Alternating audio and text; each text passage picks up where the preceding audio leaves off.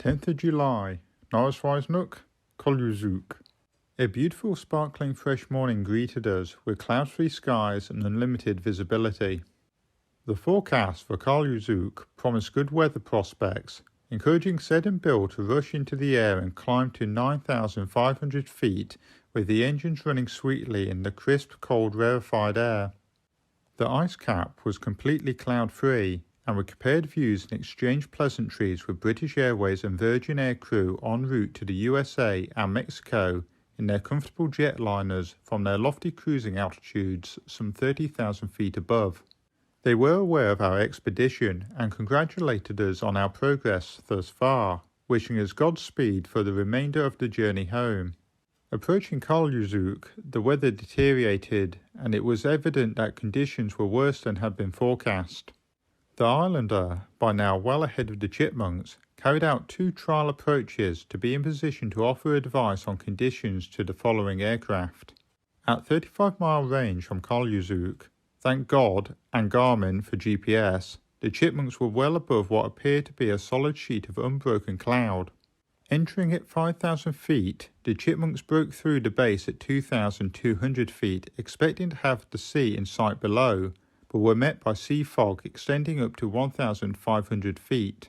This 700 feet of clear airspace between layers continued to the coast, where fortunately the fog thinned close to the airfield, but lingered ominously all around. Wisps of fog around the oiled gravel surface of the runway alongside an ancient extinct volcano exuded a grim yet welcome sight to the arriving Chipmunks. The runway had a severe downslope from the seaward end, and after putting the aircraft into the 3-point attitude, landing took an age, with the downslope almost equivalent to the aircraft descent rate. The oiled runway surface reduced dust considerably, but large billowing clouds arose on entry to the untreated dispersal area. Air traffic control, the newest and most modern in Greenland, resembles a landlocked submarine complete with conning tower for visual control. After 4 hours in the air, ending with an adrenaline-pumping last 20 minutes, it was a most welcome sight.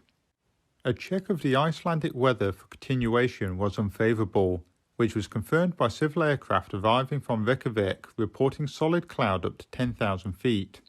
An overnight stop was inevitable, and we were allocated accommodation in the airport staff living quarters, as there is no commercial requirement for a hotel at present. The interconnecting porter cabins were cosily heated, and set alongside the bay full of small icebergs and old sea ice of vivid shades of blue and green. Around 30 personnel operate and run the airport, and the Eskimo village 2 miles away is home to another 100 inhabitants.